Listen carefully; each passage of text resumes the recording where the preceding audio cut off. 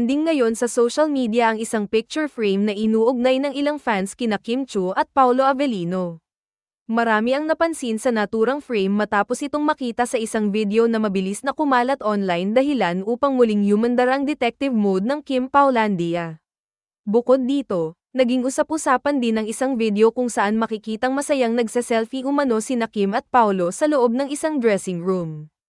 Agad itong ikanatuwa ng kanilang mga supporters dahil kitang-kita raw ang pagiging komportable at masayang samahan ng dalawa habang nasa likod ng kamera. Dahil sa paglabas ng naturang video at picture frame, nagsimula na namang magbigay ng kanilang mga teorya ang fans. May ilan ang nagsasabing posible umanong ang picture frame ay kuha sa Damanoy bagong kondo na inuugnay sa dalawa. Bagamat wala namang anumang epidensyang nagpapatunay rito, hindi napigilan ng Kim Paulandia na madugtong-dugtong ng mga detalye.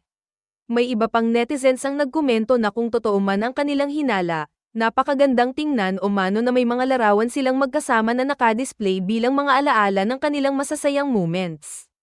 Para sa mga tagahanga, ang maliliit na detalye tulad ng isang picture frame ay sapat na ubong muling maghatid ng kilig at excitement.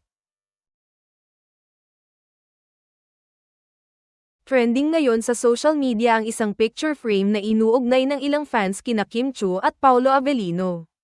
Marami ang napansin sa naturang frame matapos itong makita sa isang video na mabilis na kumalat online dahilan upang muling humandar ang detective mode ng Kim Paulandia.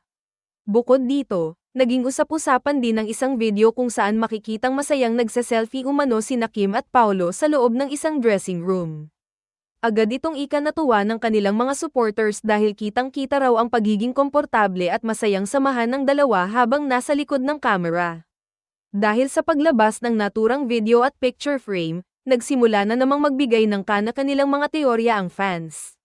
May ilan ang nagsasabing posible umanong ang picture frame ay kuha sa Damanoy bagong kondo na inuugnay sa dalawa.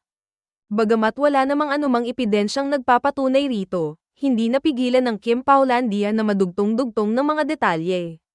May iba pang netizens ang nagkomento na kung totoo man ang kanilang hinala, napakagandang tingnan o mano na may mga larawan silang magkasama na nakadisplay bilang mga alaala ng kanilang masasayang moments.